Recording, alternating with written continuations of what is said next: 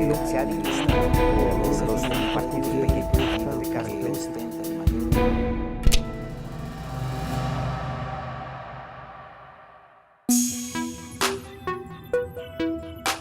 Amigos de Canal 10, sean cordialmente bienvenidos a una edición más de nuestra mesa de análisis político. Y justamente el tema que hoy vamos a abordar con nuestros invitados es el relativo a la violencia electoral. De acuerdo a estadísticas disponibles, hasta este momento, en la competencia comicial que se lleva en todo el país, se han registrado 34 personas afectadas por la violencia electoral. Y de estas 34, 7 lamentablemente, 7 candidatos a cargo de elección popular han sido asesinados. Mi compañero Juan Lorenzo Cimental nos preparó este material. Iniciamos.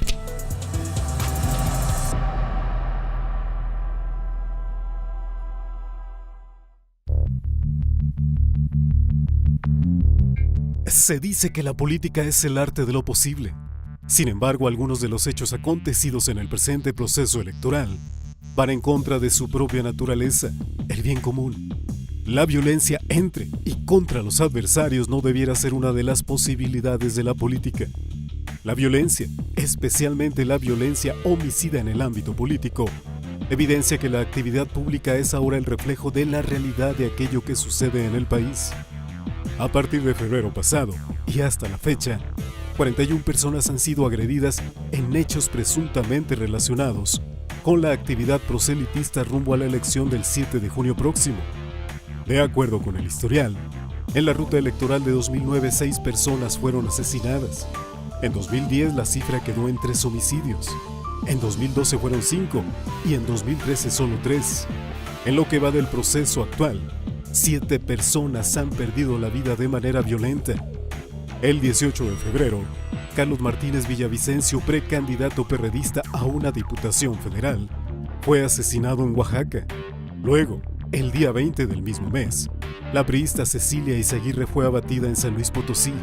El 6 de abril, el panista Alfonso Ordaz fue decapitado en la Huasteca Potosina. El 11 de ese mes, Aidén González, virtual candidata del Sol Azteca, también fue decapitada en Guerrero.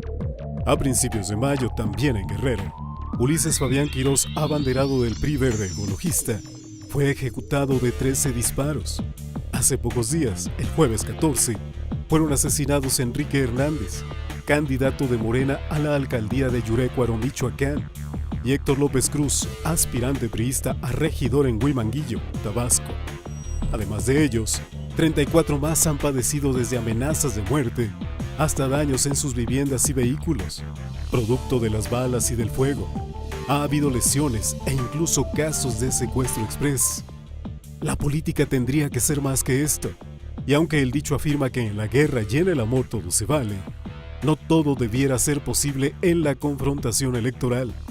La mezcla del arte de lo posible con la violencia homicida es una de las peores perversiones de aquello que, por naturaleza, es noble: hacer el bien para todos, incluso para aquellos que piensan distinto.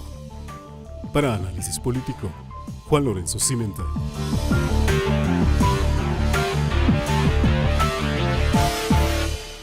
El partido se ha dividido por los partidos pequeños de cada iglesia.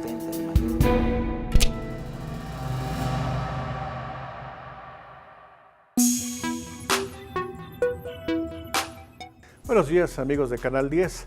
Agradezco, por supuesto, nuevamente a mi compañero Juan Lorenzo Cimental por esta aportación con el tema de la violencia electoral. Y paso a presentar y, por supuesto, agradecer su participación en esta mesa de análisis político a mi amigo y colaborador Fernando Mejorado. Fernando, gracias por su participación. Gracias, licenciado. Y, por supuesto, a Leo Álvarez. Leo, gracias y bienvenido una vez más. Gracias a usted, licenciado. Fernando, buenos días. Bien, pues tenemos ahí la estadística dramática. De los 32 lesionados, hay 7 políticos que han perdido la vida en este proceso electoral. Los 2 más recientes, uno candidato a diputado federal por militante de Morena y un candidato regidor por el Partido Revolucionario Institucional. Unas elecciones que se han caracterizado por un alto índice, volumen de violencia. Así es, lamentablemente se han presentado estos casos, licenciado Leonardo, que si bien es cierto son sumamente preocupantes. En mi posición es que no dejan de ser eventos que a nivel nacional son finalmente focalizados. No se pudiera hablar de un asunto generalizado. Por fortuna. Por fortuna. Simplemente en Durango creo que la percepción ciudadana sobre la violencia, no solo en eventos electorales, ha cambiado y ha disminuido de manera considerable. Yo quisiera hacer notar esa violencia que se vivió y todos sus episodios que se vivieron en el sexenio de la administración de Felipe Calderón Hinojosa, donde diariamente la gente lo vivía, no solo lo percibía, sino lo vivía. Había una gran cantidad de eventos de tal magnitud. Yo quisiera pensar que es a partir de esa percepción, de esos episodios que finalmente han hecho que se despierte otra vez la preocupación por esta situación de estos eventos que hemos vivido en los últimos días. Pero mi posición es esa, no es un asunto que sea o que tenga que ver con lo que es un proceso electoral. Ahora, hay estos elementos de la violencia electoral, pero hay territorios donde la violencia es mucho más dramática. Y es endémica. Y es Jalisco, Michoacán, Tamaulipas, Guerrero, entre otros. Yo diría que coincido plenamente con Fernando en determinar esta parte de que no es general, pero son 6, 7 puntos en conflicto. El primero es Oaxaca, el segundo es Guerrero para mí, Oaxaca, pero es endémico desde épocas de los 70s con los maestros de la sección 22 ahorita, que son los que están poniendo en jaque. Están convocando a un paro nacional, pero adicionalmente a impedir el proceso electoral. Exactamente. En las entidades donde ellos tienen influencia. Sí, exacto. Y Guerrero, pues bueno, este es un problema también que viene a suscitarse a raíz de la caída de los gobiernos perredistas y estas broncas que hay de corrupción a nivel regional. Y Michoacán, que después de que se movió también toda la situación de los caballeros templarios, que surgió todo esto. Entonces, pero sí, coincido plenamente que son, para nuestro gusto, al nivel norte del país, salvo, me parece que en San Luis Potosí está surgiendo ahí algún brote, pero todo está focalizado en el sur-sureste mexicano, que tiene mucho que ver con los intereses económicos de la salida hacia el Pacífico y de los gobiernos perredistas que están en conflicto, ¿no? Básicamente. Esa es una de mis posturas. Ahora, el otro elemento que asoma, aparte de esta violencia que se está generando, es el tema del narcotráfico. Claro. Pero finalmente no creo, y lo digo con todo respeto, no creo que sea algo que esté marcando la agenda electoral 2015. ¿Sí? ¿Por qué? Miren, no constituyen elementos importantes, cuando menos estadísticamente, o que sean, pudiéramos decir, en todos los estados del país se está presentando eso. No creo que vaya a ser la violencia lo que marque la agenda electoral. Llevamos 18 meses con el índice de percepción de inseguridad a la baja. A la baja, o sea, en Durango puedes respirar tranquilamente la tranquilidad, puedes andar caminando y en muchos estados que me ha tocado estar trabajando o conociendo temas electorales, no se percibe así. No va a marcar la agenda electoral la violencia, pero tampoco hay otros temas, o hay otros temas que tampoco la van a marcar. La participación ciudadana no la va a marcar, y así podemos encontrar la inequidad en el uso de medios de comunicación, tampoco va a marcar la agenda electoral, y obviamente el uso de la propagandístico de las encuestas electorales, que es otro asunto, no lo va a marcar. No están marcando muchas cosas, ¿sí? La agenda electoral. Bien, en términos generales, ¿cuál sería el principal obstáculo que estaríamos enfrentando en el contexto de la competencia electoral? Yo diría que el abstencionismo. La ciudadanía que está, lo hemos platicado, que está ausente del interés de los partidos políticos. Vemos ese bloque de 35-40% de ciudadanos que está ausente, desinteresado, hastiado. y estos focos que están generándose con violencia son por prebendas muy específicas, de grupos muy conocidos y que ya hablamos, ¿no? En Chiapas, en Guerrero, regionalizados en Michoacán. Muy focalizados. Sí, sí, es cierto. ¿Tendríamos 6 estados conflictivos?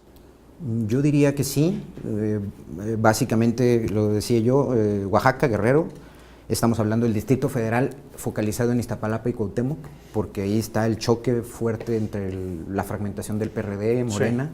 Sí. Vimos los brotes en Coajimalpa, esa sí. parte, que también es un dato.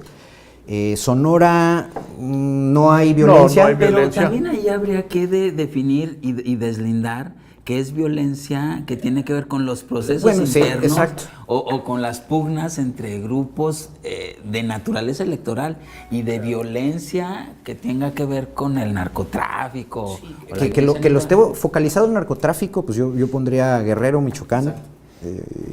¿Qué cíclico ese asunto, Leonardo? Que tiene desde los años 70, Tamaulipas. Jalisco. Que es endémico. Jalisco puede ser posible porque todo lo que se el centro de operaciones, sí, que es Michoacán, Jalisco, Guerrero, que esa zona ya está, Sonora, Sinaloa, ¿no? También. Colima, toda esa parte. Sí. Que digamos que eso estaría vinculado. Bueno, por fortuna no estamos hablando de un fenómeno generalizado, sino focalizado en una región específica del país. Sí, eso es una ventaja. No me queda claro, o tampoco quiero atreverme a decir que los medios también han aportado a que eso se vea como algo muy grande, que en realidad no lo es. De hecho, un sello de este sexenio, si lo vemos desde que tomó posesión Enrique Peña Nieto, sí. Pues ha sido quitar o no darle el mismo espacio político al tema de seguridad. Porque no es un tema que tenga que ver con su estrategia de gobierno, Leonardo. Exacto. Y acuérdate que Felipe Calderón lo primero que hizo como estrategia de gobierno fue la inseguridad, el combate a la inseguridad pública, sacar al ejército, sacar a los federales. Sí, pero porque tenía que desplazar a un lado el tema o el compromiso de ser el presidente del empleo. Entonces no le quedaba otra más que la estrategia de seguridad. Bien, si me lo permiten ambos, me están marcando que vamos a nuestro siguiente corte comercial y regresamos de inmediato.